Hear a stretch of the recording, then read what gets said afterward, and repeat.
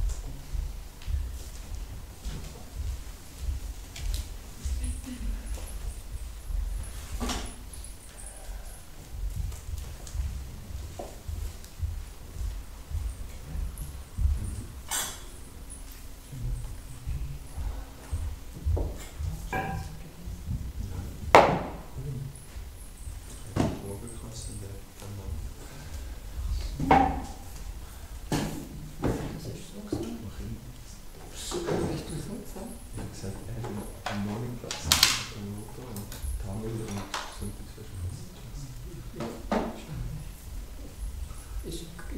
Ist enttäuscht? Nein, überhaupt nicht. Die rechte Frage, das ist das 40 mehr, oder? Die anderen sind zu lang. 140. Die anderen sind mega lang.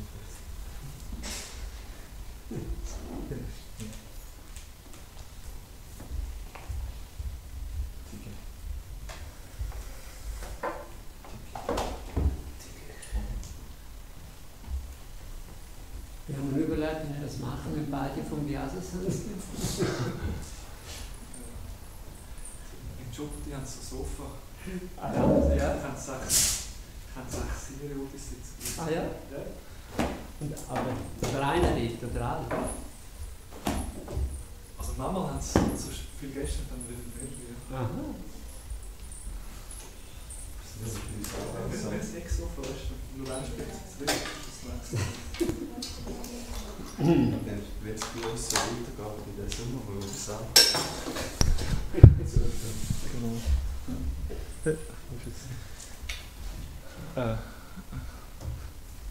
Du willst es sagen? Sorry. Ich dachte, ich will jetzt den Sommer wegnehmen.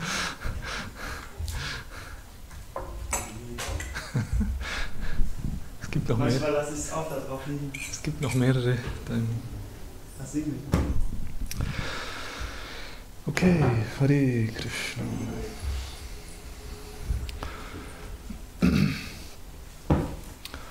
Shri Krishna Chaitanya Prabhu Daya Koramore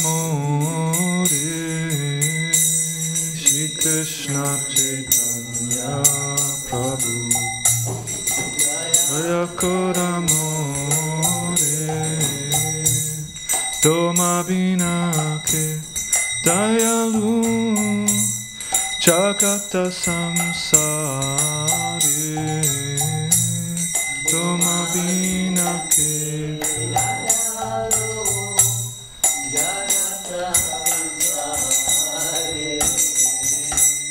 Patita Pavana Hetu Tava Avatara Patita Pavana Hetu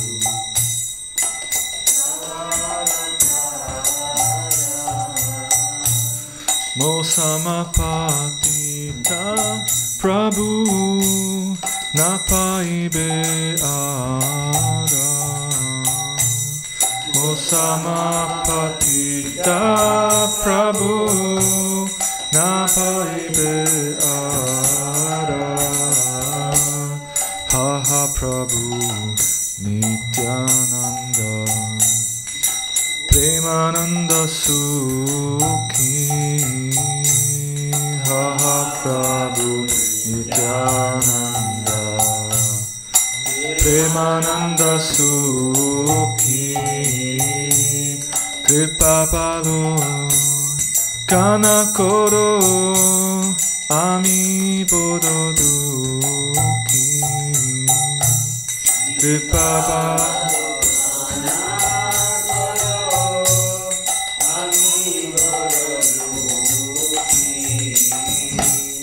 Daya Kuru Sitapati Advaita Gosai Daya Kuru Sitapati Advaita Gosai Tava Kripa Bale Pai Chaitanya Nitai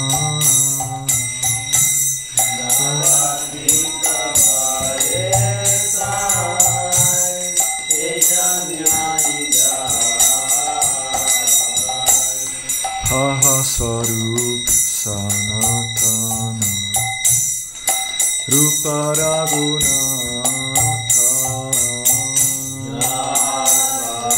Sanatana Rupa Raghunatha Patayuga Shri Chivaha Prabhu Lokanatha Yuga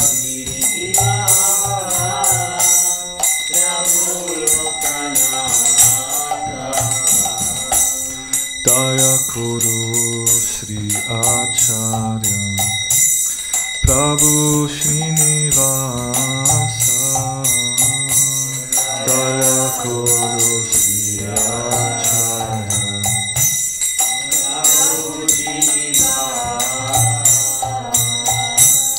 Ramachandra Sangamage Narottama Dasa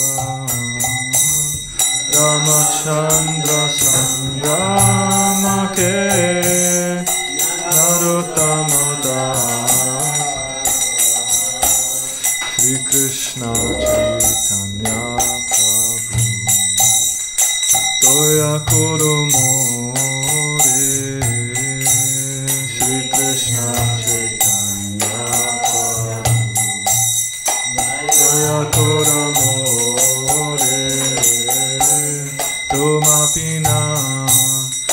Dayalu Jagata Samsari Rumaki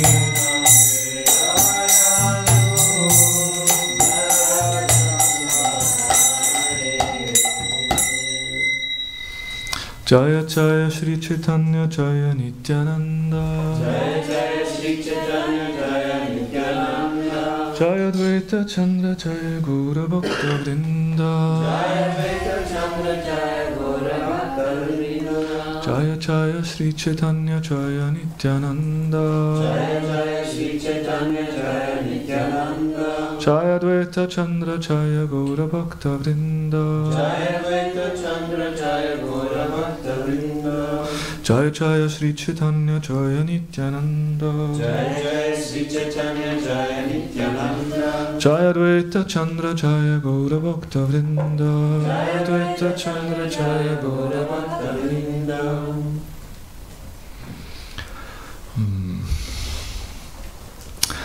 So we have 3 shlokas today, or actually 4, but we start from the back and then go backwards. Maybe I can read. I'll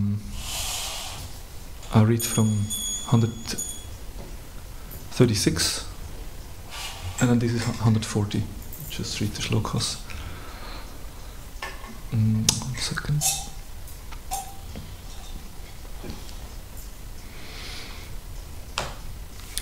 So reading from Sri Chaitanya Charitamrita Madhya Lila, chapter 22, text 136 to 140. Shri Vishnu Shravani Parikshit Abhavat Vyaya Sakki Kirtane Pralat Smarane Tat Angri Bhajane Lakshmi Prittu Pujane Akrurastva Abhivananda Kapi Patir Dasyeta Sakki Arjuna Sarva Satma Nivade Balir Abhut Krishna Patir Esham Param. So this is from Padyavali and Bhakti Rasamrita Sindhu. It's quoted. Maharaj Parikshit attained the highest perfection, shelter at Lord Krishna's lotus feet, simply by hearing about Lord Vishnu. Shukadev Goswami attained perfection simply by reciting Srimad Bhagavatam. Prahlad Maharaj attained perfection by remembering the Lord. The goddess of fortune attained perfection by massaging the transcendental legs of Mahavishnu. Maharaj Prithu attained perfection by worshipping the deity.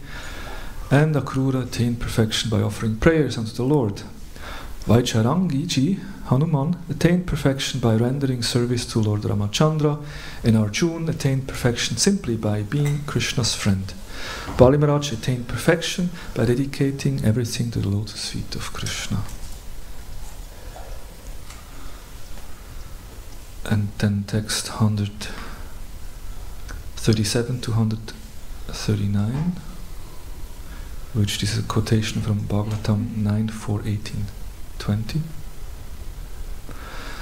Savaimana Krishna Padara Vindayor Vachamsi Vaikunta Gunanuvarnani Kaurau Harer Mandir Marjana Deshu Shrutim Chakra yachuta sataka dodaye mukunda lingalaya darshane darsho tat britya katra sparashanik sangamam granam chatat bhada sarocha saurabhe shrimattulasya rasanam tat arpite pado hare kshetra padanu sharpane shirorishkesha pada pivinandyane kamam chadasyena tu kama kamyaya yato tumat shloka janashraya rati. Maharaj Ambarish always engaged his mind at the lotus feet of Krishna. His words in describing the spiritual world and the Supreme Personality of Godhead, his hands in cleansing and washing the Lord's temple, his ears in hearing topics about the Supreme Lord, his eyes in seeing the deity of Lord Krishna in the temple, his body in embracing Vaishnavas or touching their lotus feet, his nostrils in smelling the aroma of the tulsi leaves offered to Krishna's lotus feet, his tongue in tasting food offered to Krishna, his legs in going to places of pilgrimage like Vrindavan and Mathura or the temple or the Lord's temple, his head in touching the lotus feet of the Lord and offering him obeisances, and his desires in serving the Lord faithfully. In this way, Maharaj Ambarish engaged his senses in the transcendental loving service of the Lord. As a result, he awakened his dormant loving propensity for the Lord's service.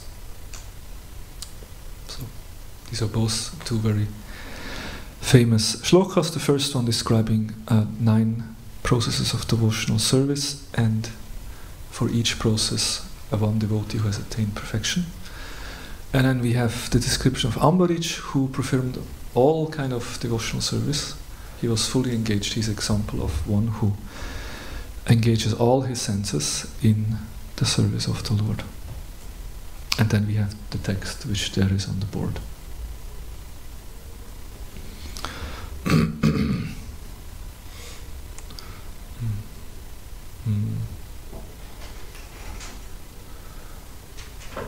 Kamatyacha Krishna Pache Shastra Agnamani. Kamatyacha Krishna Pache Shastra Agnamani. Kamatyachi Krishna Pache Shastra Agyamani. Kamatyachi Krishna Pache Shastra Agyamani. Devarishi Pitra Dikera Kabuna Nrini. Devarishi Pitra Dikera Kabuna Nrini. Devarishi Pitra Dikera Kabuna Nrini. Devarishi Pitra Dikera Kabuna Nrini. Kamatyachi Krishna Pache Shastra Agyamani. Kamatyachi Krishna Pache Shastra Agyamani. Devarishi Pitra Dikera Kabuna Nrini. Kamatyachi Krishna Pache Shastra Agyamani. Kamatyachi Krishna Pache Shastra Agyamani. Devarishi Pitra Dikera Kabuna Nrini. Devarishi Pitra Dikera Kabuna Nrini. Vaishnavis. Kamatyachi Krishna Pache Shastra Agyamani. Kamatyachi Krishna Pache Shastra Agyamani.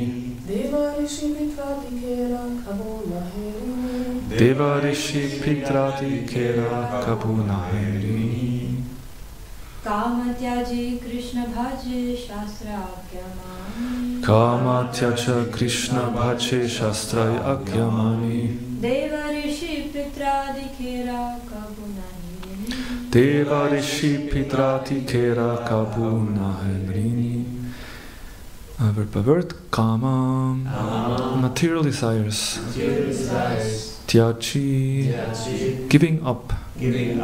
Krishna, Lord Krishna, Bhaje, worships, Shastra Ajna, the direction of the revealed scriptures, Mani, accepting, Deva, demigods, Rishi, great sages, Pitri Adi Kera, of the forefathers and so on, Kabu, at any time, Nahi, not, Nrini, a debitor. Translation purport by His Divine Grace, A.C. Bhaktivedanta Swami Srila Prabhupada Ki Jai. If a person gives up all material desires and completely engages in transcendent loving service of Krishna, as enjoined in the revealed scriptures, he is never indebted to the demigods, sages, or forefathers. Purport. After birth, every man is indebted to in so many ways. He is indebted to the demigods for their supplying necessities like air, light, and water. When one takes advantage of the Vedic literatures, one becomes indebted to great sages like Vyasadeva, Narada, Devala, and Asita. When one takes birth in a particular family, he becomes indebted to his forefathers. We are even indebted to common living entities like cows, from whom we take milk. Because we accept service from so many animals, we become indebted. However, if one is completely engaged in the Lord's devotional service, he is absolved of all debts. This is confirmed in the following verse quoted from Srimad Bhagavatam 11.5.41. Hare Krishna. Om Jnaniti Mirandasya Ginanjana Shalakaya Chakshurun Militam Yena Tasmai Shri Gurave Namaha Shri Chaitanya Namo Bhistam Stapitam Yena Bhutale Swayam Rupa Kadamayam Dadati Swapadantikam Vanchakalpatarubhyascha Kripa Sindhubhyeva Cha Patitanam Pavanebhyo Vaishnavebhyo Namo Namaha Namom Vishnu Padaya Krishna Prestaya Bhutale Srimate Bhaktivedanta Swami Niti Namine Namaste Saraswati Devi Gauravani Pracharine Nirvishesha Shunyavadi Paschatya Deshatarine Jaya Sri Krishna Chaitanya Prabhu Nityananda Shri Advaita Gadadhara Shri Vasadi Gauda Bhakta Vrinda Hare Krishna, Krishna Krishna, Hare Hare, Hare Rama, Rama Rama, Hare Hare. If a person gives up all material desires and completely engages in the transcendent loving service of Krishna, as enjoined in his revealed scriptures, he is never indebted to the demigods, sages, or forefathers. Okay, so we have here these instructions by Sri Chaitanya Mahaprabhu, and we heard about the 9 processes of devotional service, how different personalities attain perfection by engaging in one of the services, and also about Ambarish Maharaj, who is fully absorbed in devotional service. And now Chaitanya Mahaprabhu quotes this shloka, saying that if one is engaged in such a way, as we just heard, like Ambarish fully absorbed, or like the others who have been perfected in one particular process, if one is so much absorbed in pure devotional, transcendental loving service, it also says here, transcendental loving service, not just any kind of seva, but transcendental and loving service. If one is engaged in that way, then one does not have any debts anymore. But yeah, that means we have to render pure devotional service to make sure that this is the case, right? And it's interesting that when every person who takes a birth will be immediately indebted to the. Prabhupada explains here to the demigods. First of all, we get air to breathe, we get sunlight, we have water, so many things that we have that we take. So we are indebted to the devas, and then of course the family members, parents that raise us, forefathers. Prabhupada says even And of course then the sages who give us knowledge, but even animals, we are indebted to them as well, Krishna. So in this way we are indebted to so many different living entities. And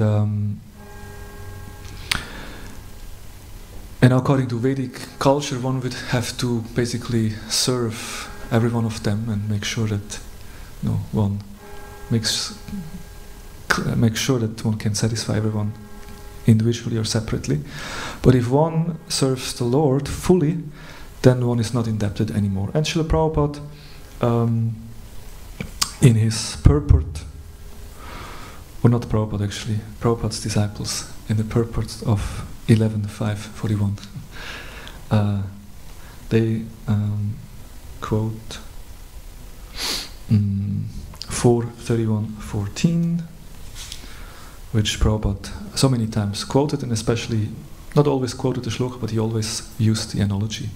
Yatatarar mula nichesha chena tripyanti tat skanda bujo pashakaha pranopachara jayatendriyanam tataiva sarvarhanam achyuteya. As pouring water on the root of a tree energizes the trunk, branches, twigs, and everything else, and as supplying food to the stomach enlivens the senses and the limbs of the body, simply worshipping the Supreme Personality of Godhead through devotional service automatically satisfies the demigods who are parts of that Supreme Personality. So Prabhupada often used this to an analogy. What is the use of watering every single leaf? You better give water to the root, and then everyone will be happy. And if the body needs to be nourished, then the food has to be given through the mouth. If you put your pakora into the ear, it's not so helpful.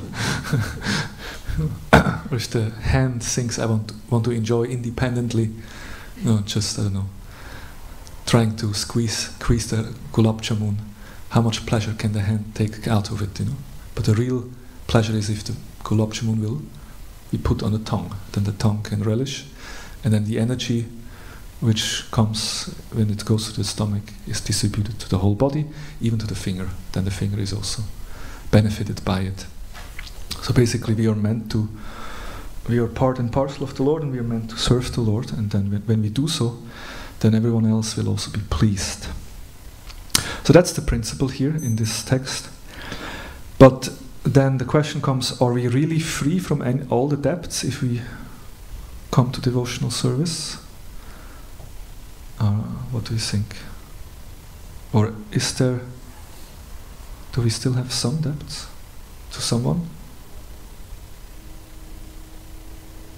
When we come to devotional service? Yes. Maybe as neophytes. As neophytes, Yeah, even as a... if it's transcendental loving service, one is on the perfect platform. Then we don't have debts. Otherwise not. Huh? Otherwise not. Yeah. Well, okay, maybe it's once you have actually attained perfection, then you really don't have any debts. But even if you're perfected, there is one person you're still feeling indebted to. Yes, the spiritual master. And this is described beautifully in the story of Krishna and Sudham. It's described when Sudham returns to Krishna, and then they remember their Gurukul time, how they went to go to the forest to get some firewood for the Guru, because the Guru is performing yajna, so the disciples are sent to the forest to get wood. But then a big storm comes up, and then they have to take shelter underneath it, or in a tree basically. And the whole night they spent there. It's dark, it's cold, it rains, they are wet, they cannot protecting the firewood. and the Guru becomes very concerned in the morning. They're searching for them. And then Sandipani Muni actually is very, very satisfied. He says, "Oh my children, you have suffered so much for my sake. The body is most dear to everyone. But you are so dedicated to me that you completely disregarded your own comforts." So he's very, very satisfied. But then he also says, Itat eva hisa chishyai kartarvyam guru nishkritau yat vai vishuddha bhavino sarvat atmarpanam guru. This indeed is the duty of all true disciples, to repay the debt to their spiritual master by offering him with pure hearts their wealth and even their very lives. It's a powerful statement. That's the duty of the disciple, is to repay the debt to the spiritual master by offering his own life. Because if we reflect, what do we get from Guru? What is Guru giving us? Krishna. The spiritual master is basically liberating us from the cycle of birth and death, and he's giving us Krishna. And by the mercy of the spiritual master, we can awaken our pure love of God, and then we go back to Krishna and live eternally in bliss. I mean, how can you repay this? You cannot. It's impossible. It's impossible to repay such a gift. It's completely beyond anything we can do. So then that's why, therefore, at least we should give our lives. At least. That's the mood of a shishya. And that's something we can reflect and to think about. I mean, how much do I give my life to my spiritual master? How much in my daily activities do I actually dedicate myself in the service of the spiritual master? How much do I feel grateful to my spiritual master? How much do I remember my spiritual master? How much do I have this feeling of love for him? And how much do I really endeavor with a pure heart, as described here, to give everything that I have? So in that sense, we are always indebted, even though Shastra says we don't have any debts. But if you look closely, we're actually indebted to the spiritual master. So, but if we again consider the fact that by serving the root, we will please everyone else. And of course, in some way, by pleasing the root, we also please the spiritual master. You know? That's kind of the meditation for the disciple, that I can never repay the debt. That's kind of the mood of the disciple. I cannot repay, that's why I have to give everything. But the spiritual master will be pleased when we fully surrender, and also when we serve Krishna. Then Guru also becomes very pleased. But as is described in these shlokas, if one renders transcendental loving service, then one will be able to please Krishna, and then one will be free from any debts. So Ambarish Maharaj is an example of this. This was beautifully described. That Ambarish, because he engages his mind also, and his words, his body, and his senses. And this is a quotation from 9.4.18, and there in the purport Prabhupada quotes Sarvapari vinirmuktam tat paratvena nirmalam rishikesham sevanam bhaktir yujyate. That bhakti means that we engage our senses in the service of the Lord. And then by doing so, there will be two side effects. What are the side effects? Engaging the senses in the service of the Lord? Jnana and Vairagya. Okay, one gets transcendental knowledge, and one becomes detached. And that shloka, that's true, yeah? And that shloka explains it in that way, that one, the senses become purified, and one gives up all upadis. Sarvopadi vinirmuktam. You know, the upadi. And what are the upadi? Upadi are the designation. You know, I'm a man, I'm a woman, I'm rich, I'm poor, I'm thin, I'm fat, I'm intelligent, I'm stupid. You know, of course, especially in devotional service, then because when we come to Krishna, then we give up all upadis. We become, okay, I'm just Dasa, I'm a servant of Krishna, and we give up all our previous identification, which is not so easy sometimes. I don't know, I guess you remember when you come to Krishna consciousness, you really feel like a greenhorn, isn't it? Because you don't know anything, they have to tell you everything.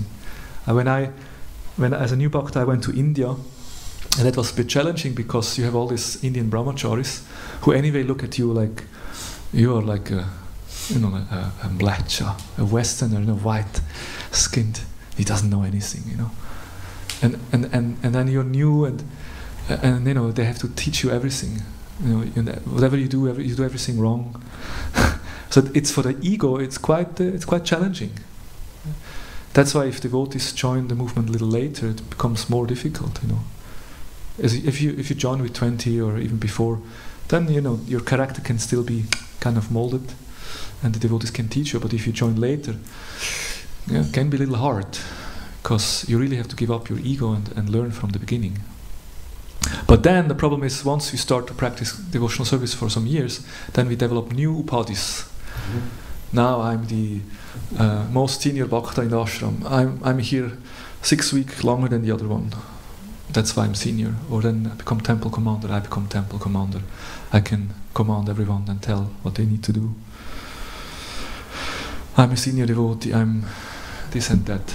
So then I'm the expert Mridanga player. So according to our activities and our expertise, we develop new upadhis, and we identify with it. We think, I am this, I am that. And that's, again, actually, it can be an obstacle.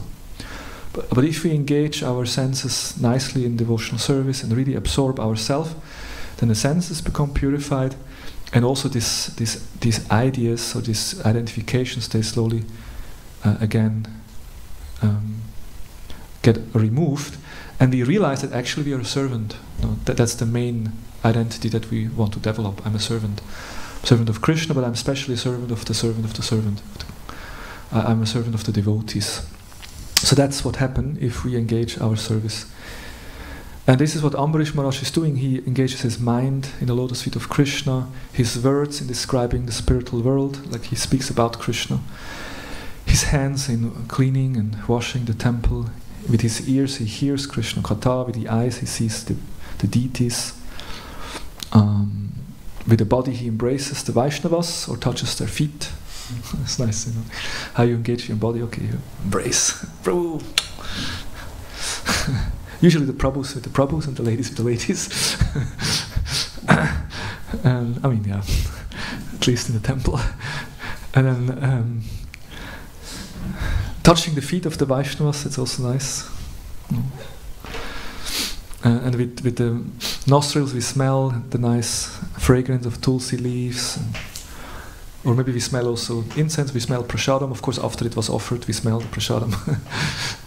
And then with the tongue we taste prasadam. And with the feet we go to the places, we go to the temple. And then the desires we also engage in the service of the Lord. That's also important. And Prabhupada explains that like the best way to overcome lust or material desires is to make plans how to engage in the Lord's service. We should always be making plans how I can increase my seva. What can I do for Krishna? How can I be engaged in some Krishna conscious activities? And by making plans, you're always busy, and then the material desires are pushed away, and your spiritual desire to serve, I want to serve Krishna in that way, I want to serve Krishna in this way, and in this way the material desires are pushed in the background, and you're more occupied by your spiritual desires. So these are in this way Ambarish gives a perfect example. Now in the previous shloka we had 9 processes of devotional service, Shravanam, Kirtanam, Vishnu Smaranam, and so on. And for each process we got an example, right, of a devotee who attained perfection. So these devotees, and basically this shows that when we hear the example of Ambarish, we may think, oh my God, I can't be like Ambarish. Ambarish is like super, he's so advanced, he's fully engaged in everything, but I can't do that. But then the other description says, well, if you even accept one process and you perfect that process, you can also attain perfection. And of course, usually it's a combination. We're hearing, we're speaking, we're remembering, and we're doing some service. So it's always a combination. But it shows that even if one becomes expert at one, it's enough to attain perfection. Parikshit and Shukadev, they attained perfection in Shravanam Kirtanam, hearing and chanting. They were perfect in their hearing and chanting. Jai Jagannath Baladev Subhadra Maharani ki jai, Shri Gaur Nitai ki jai.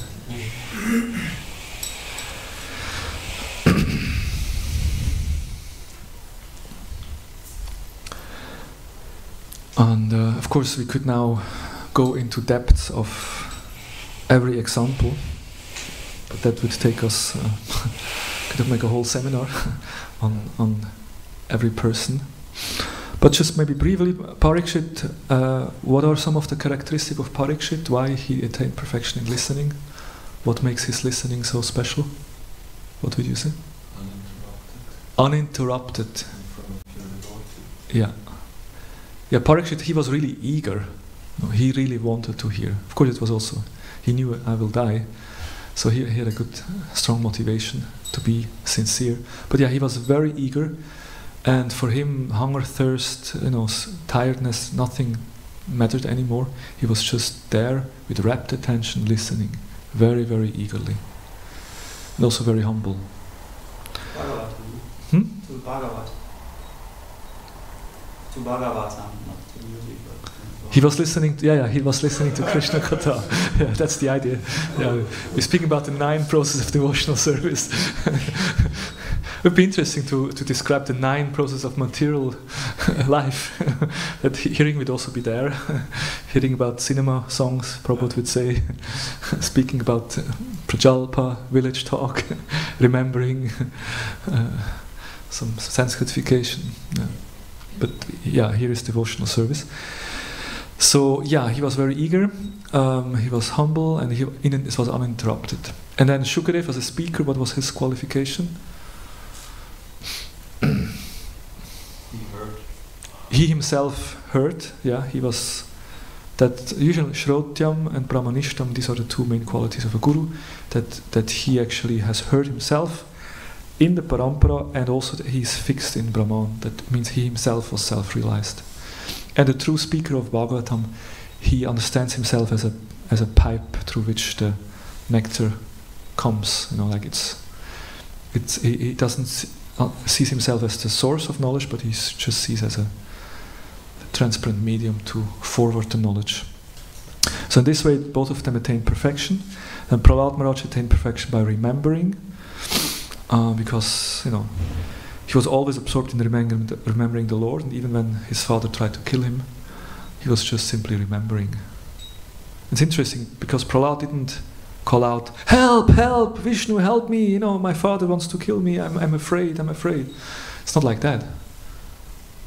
Prahlad simply remembered. He didn't offer prayers, "Please protect me," or he was not in anxiety. He was just simply remembering Krishna. And because he was so 100% Krishna conscious, the Lord protected him without being asked. That's the significance there. And then Goddess of Fortune attained perfection by massaging the transcendental legs of Mahavishnu. So how do we apply this principle in our own life? With massaging the lotus feet of Vishnu. What would you say? Massaging Prabhupada? Prabhupada's lotus feet? Yeah, I mean, those who are fortunate enough to be second initiated and go on the altar, they actually can massage the Lord's feet, right? Pujaris, what do you do before you put Gonitai to sleep? Yes? Yeah. We offer them some thick milk and some water, and then we put the deities into the bed, and then we cover them with some blanket, but then with our hands we actually massage Jota. We actually massage the feet of the deity.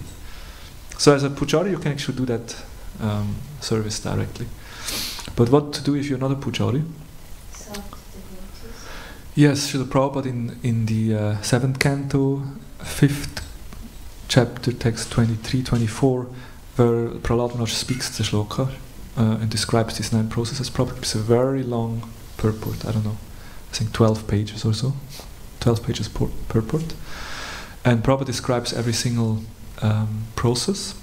And then in the process of Padasevana, Prabhupada explains, Padasevana also means to serve like anything in relation to the Lord. That means to visit the temple of the Lord is Padasevanam, to go on pilgrimage, to visit Tirtha, like holy places. If you go to Vrindavan, Mayapur, actually we are engaged in Padasevanam. And also if we are serving those who are connected to the Lord, that means serving the Vaishnavas, Padasevanam. If we serving Tulsi Marani, that's also Padasevanam. If we what else? Or something else. Oh yeah, if you take bath in the Ganges, if you worship Ganga Devi, it's also Padasevanam. So many ways we can. Then Prithu Maharaj attained perfection by worshipping the deity, and Akrura by offering prayers. What prayers did Akrura offer? Or when did he offer the prayers? If someone remembers.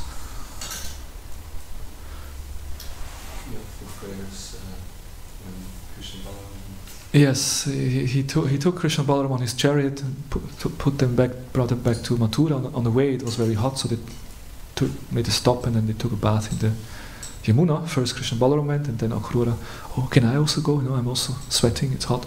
I also want to go take a bath. And yes, sure, we're waiting. So Akrura goes, but then he finds Krishna Balaram in the water of the Yamuna, although they were sitting on a chariot, so he was confused and then back and forth. And then finally they reveal their Aishwarya form, and then Akrura offers beautiful prayers. Basically, it's like a description of the Virat Roop, and by these prayers he attained perfection. And then Hanuman, of course, he's the perfect servant of Lord Ram. Arjuna, simply by being Krishna's friend, and Bali by giving everything. Now, what I actually wanted to talk in today's class, but the time is running out, is that, as we said, or we heard in the beginning, in order to be free from any debts, we have to perform transcendental service. So how do we know when we do transcendental service? Because usually we perform devotional service and we are still influenced by the 3 modes of material nature while performing. And that's important to understand. Bhakti is always pure. It's not that bhakti is contaminated by the gunas. Bhakti is pure, but the sadhaka, the practitioner, is influenced by the 3 modes. Right? And Srila Prabhupada explains in an interesting shloka. Let me see here. It's here.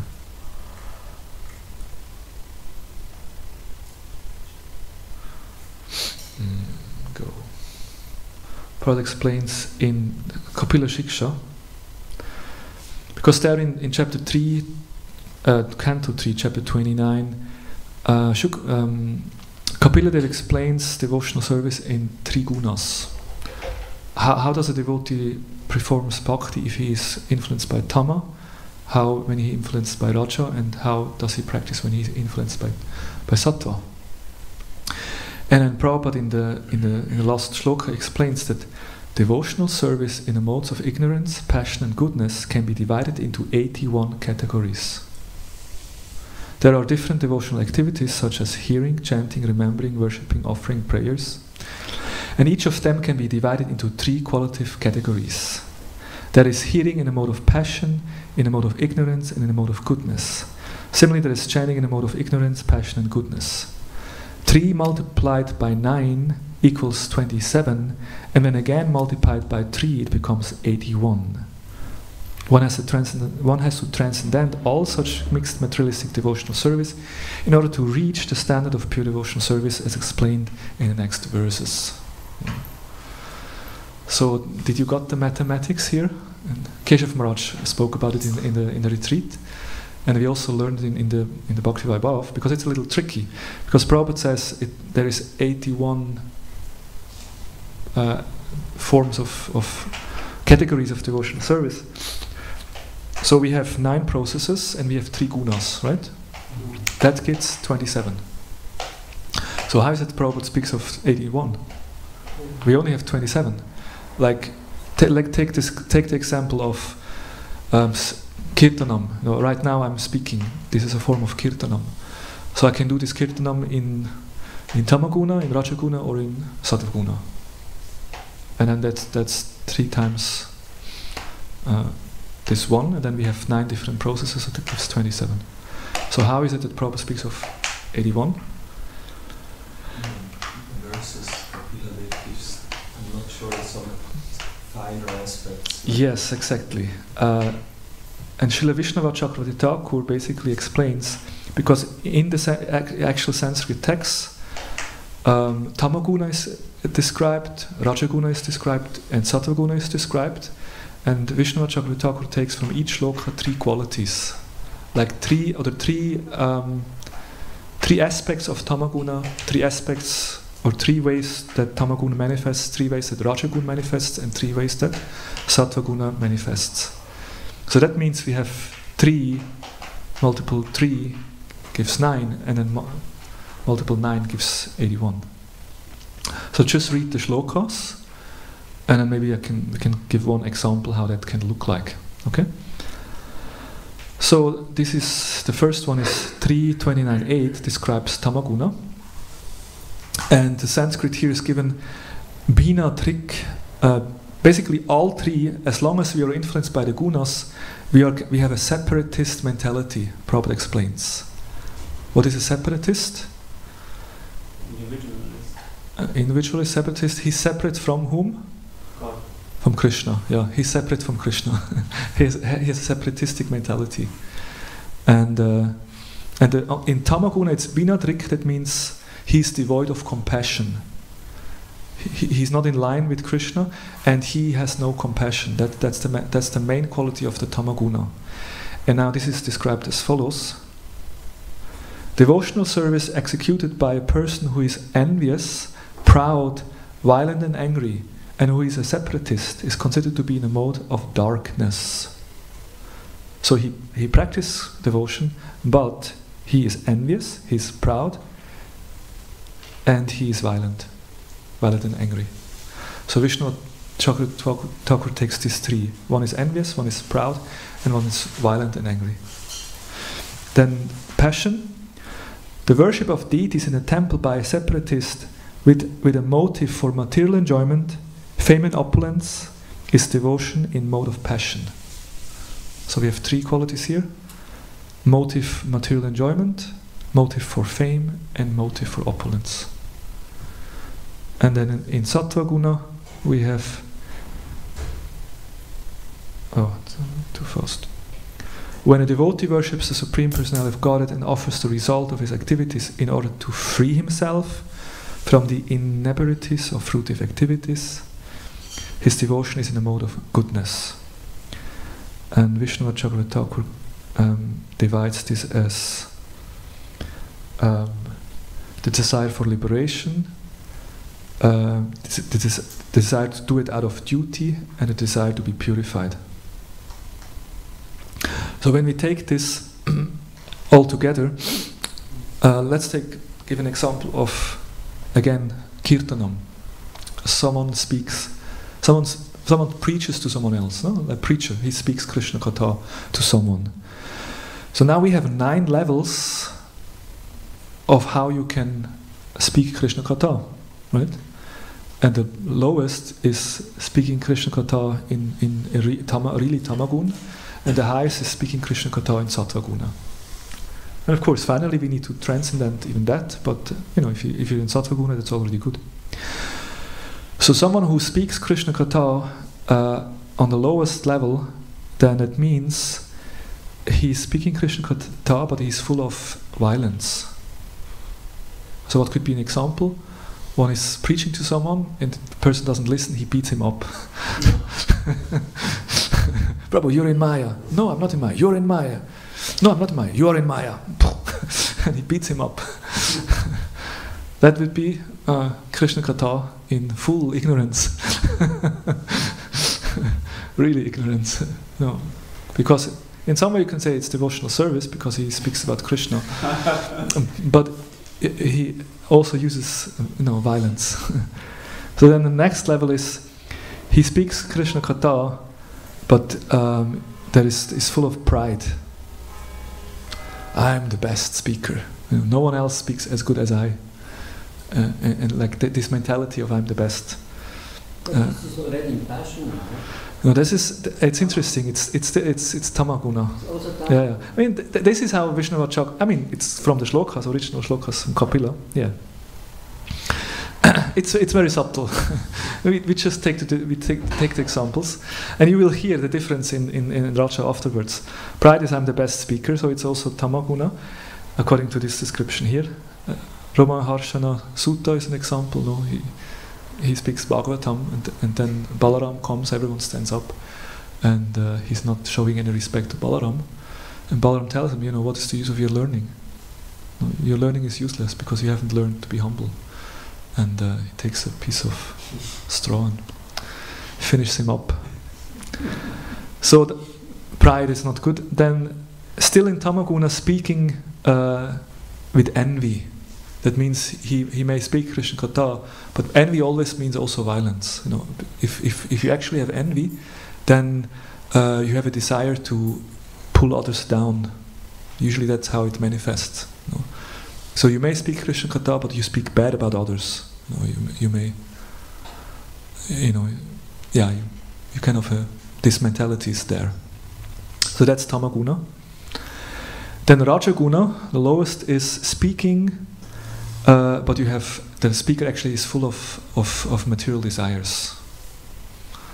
I don't know. Example: the Bhagavatam speaker speaks, but then he always looks on the right side where the ladies are sitting, and he has some lusty thoughts. I don't know. Maybe one of the ladies is not so properly dressed, and he's always looking. that would be a speaker influenced by the lowest aspect of Rajaguna. He speaks Krishna Katha, but actually inside, his mind is occupied with something else, with some material desires. So then, next level of Rajaguna, speaking, he speaks, but his desire is that after the class, everyone comes to him and says, "Prabhu, it was such a nice class, brilliant class." No, he's looking for respect. That desire is there. And that's his driving force. Whether he knows or he doesn't know, but that's basically what makes him tick. He really wants to get appreciated by others. That's Rajaguna. And then the next level of Rajaguna, he speaks and he hopes to get some control and power from the speaking. In a sense, maybe, if I speak very good Krishna Katha, then maybe they give me a better post, and then they recognize that how advanced I am, then maybe they make me the next temple president or something. So there is also a desire, not only for respect, but also for respect and power to be in charge. So that's Rajaguna. And then finally it comes to a bit more devotional platform when we come to Sattva Guna. And the lowest platform of Sattva Guna is you speak Krishna Katha, but you speak with a desire to get liberation. If I speak a lot of Krishna Katha, then I will attain mukti. I really want to get out of this material world. Samsara is so bad. I want to get out. I want to get mukti, liberation. That desire is there. Next level, and that's already very good. I mean, that's a good level. Is speaking as a duty. Damodar Prasad, the temple president, told me to speak. I'm speaking. Duty, seva. It's part of morning program. Others listen. Someone has to speak. I'm just speaking out of duty, and of course I'm doing it dutifully, and I'm trying my best. I'm preparing myself nicely, and I have a desire to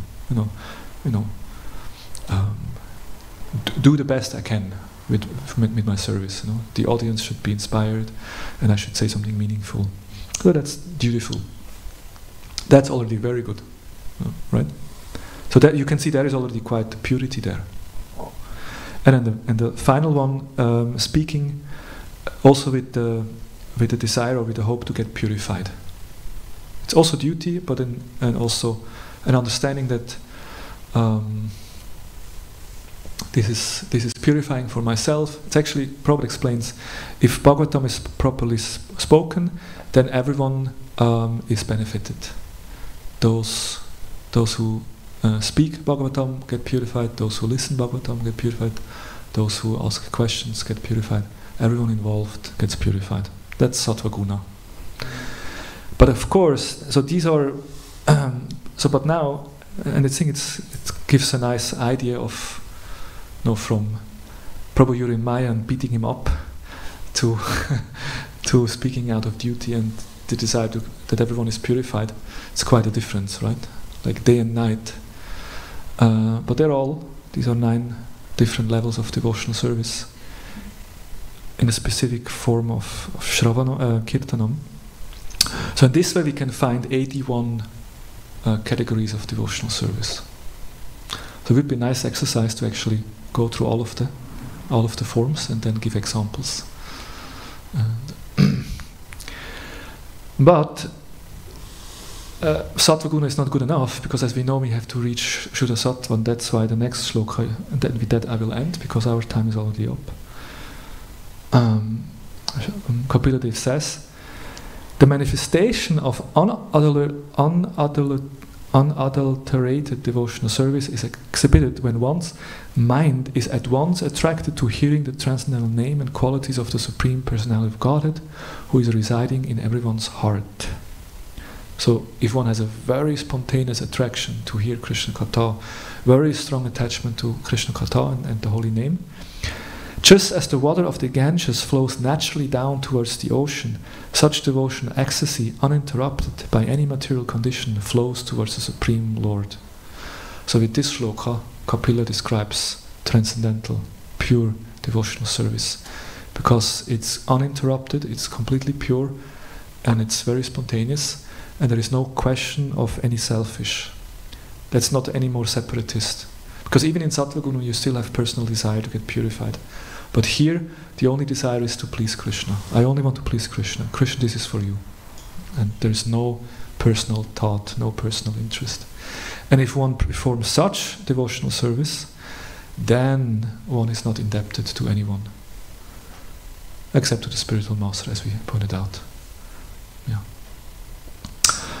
Okay. Grantaraj Srimad Bhagavatam ki jai, Srila Prabhupada ki jai. I hope I spoke at least in a mode of goodness. And yes. Wait for us behind. Yeah. Hare Krishna.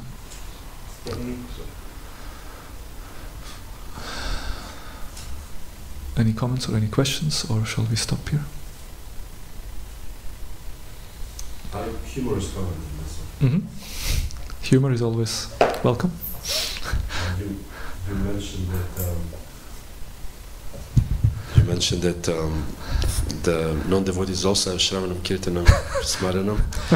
And one Prabhupada disciple told me many years ago, when he came first time to the temple and he saw beautiful Gaunitai, and Gaunitai had a very long, beautiful black hair, and it's the first thing what he thought, wow, he remembered his girlfriend who had exactly the same hair.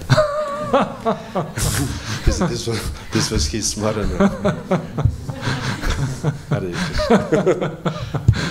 Yeah, that could be an example of the reflected perversion. Yeah.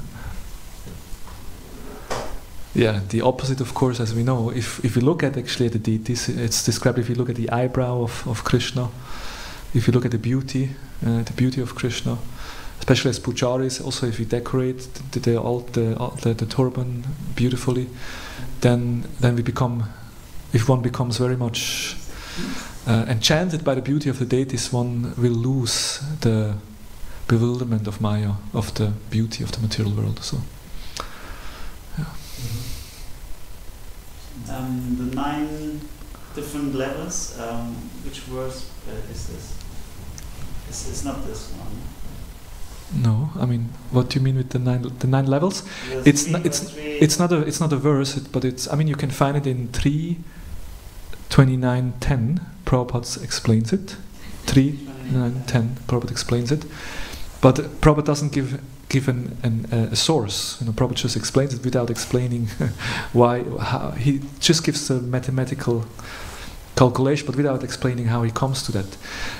But if you study Vishnava Chakravarti Thakur's commentaries, then you can figure it out, because he highlights these aspects in the shlokas. Basically, it's text 8 till text 20, which explains the whole thing. And our Swami Bhagavan Keshav Maharaj, in his book Bhagavat, has done an infographic. Maharaj is an expert in putting things into visual.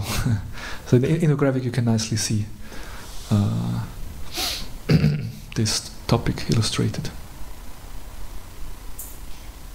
Towards the beginning you quoted Sandeep in your verse. Yes. I can give it to you. I got it from the Gayatri book of Satchidananda Maharaj.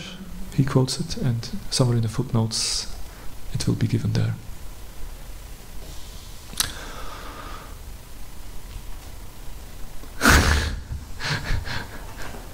Okay, Brindavan Chandra, last question. It's Sunday morning. If there three different, in Rajaguna, for example, these are already different levels, or are the different kind of how you speak? Or is there also different level, also lower and higher? Yeah, like we have three main categories: Tama, Raja and Sattva. Yeah. And within Tama, there is also a hierarchy of... Also a hierarchy, okay. Thank you. Hierarchy. That was Vishnu gives the hierarchy. Yeah. Also.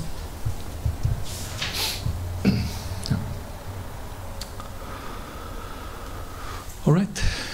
Thank you very much. Grantaraj Srimad Bhagavatam Ki Jai, Srila Prabhupada Ki Jai. Grantaraj Sri Chaitanya Charitamrita Ki Jai. Gaur Premanande. Gaur Bhakta Vrinda Ki Jai.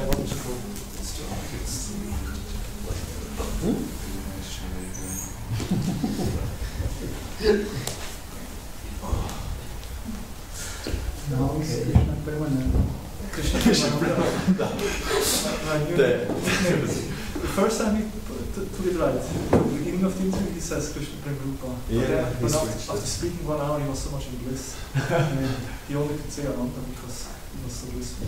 He pronounced it three times. The first is so okay, right? But the second and third Krishna Premarupa. So 2 to 1 it's Krishna Premarupa.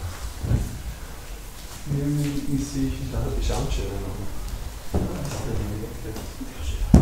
Ich glaube, es war exotisch geworden. Eigentlich war es exotisch gewesen.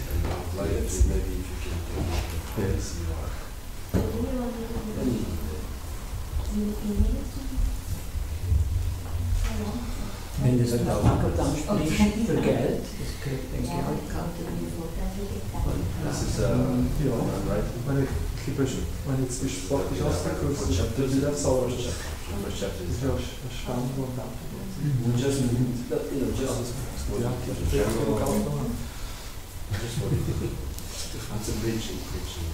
Ist das ein Wahl korrigiert? Schon. Ja, das heißt sie genannt. Ich habe niemand tun.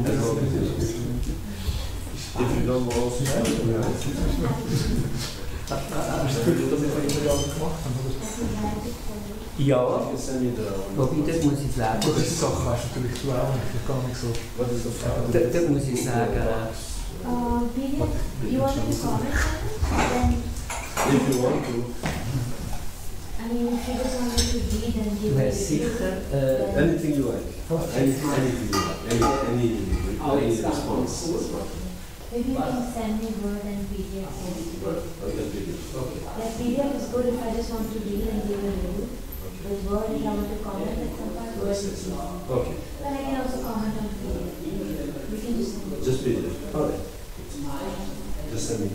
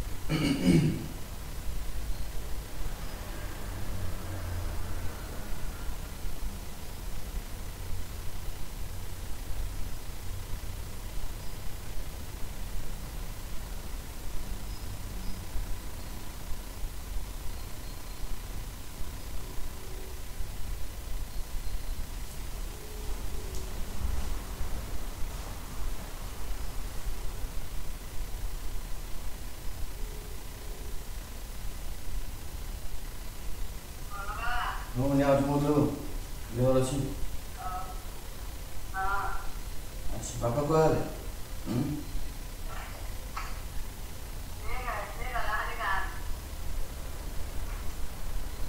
କୋଉଦିନ ସକାଳୁ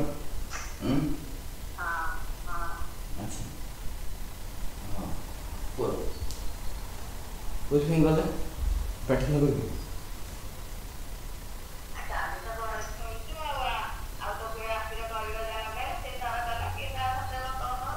ହଉ ମନ୍ଦିର ଅଛି ପ୍ରାର୍ଥନା ମନ୍ଦିର ହଁ ଜଗନ୍ନାଥ ମନ୍ଦିର ଠିକ୍ ଅଛି ହଉ ଆଉ ଆଉ ଟିକେ କଥା ହେଉଛି ହେଲା କି